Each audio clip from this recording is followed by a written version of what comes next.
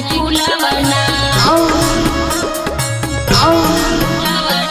कचरे उमर में करा के लैला गवना बिना धैले सुतेला न राजा जी फूलवना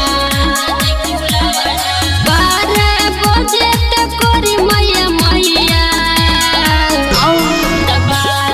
बजे तक करी मैया मैया जैसे छानी पर चढ़ले बिलैया चढ़ेला सैया लो 12 बजे तक करी मैया मैया जैसे छानी पर चढ़ले बिलैया वैसे ही चढ़ेला सैया लो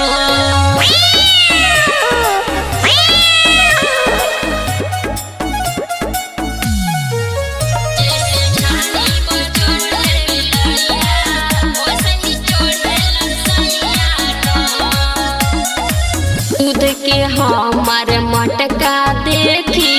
पीछे रहेल पड़ल हो भइल बाटे बेकार ये रजऊ सजल हमर समरल हो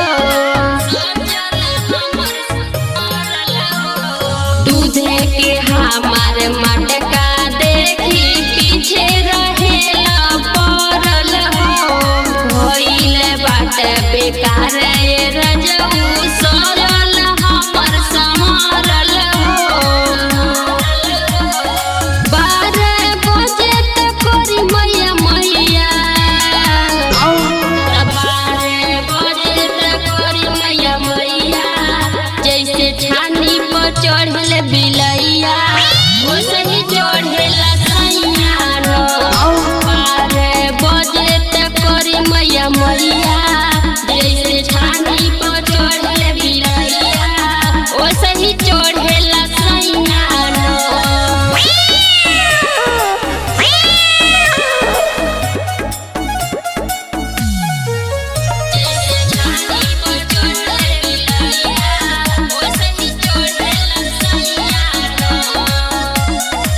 पातर कमर के चाह कर कोइला भइल नीरदैया हो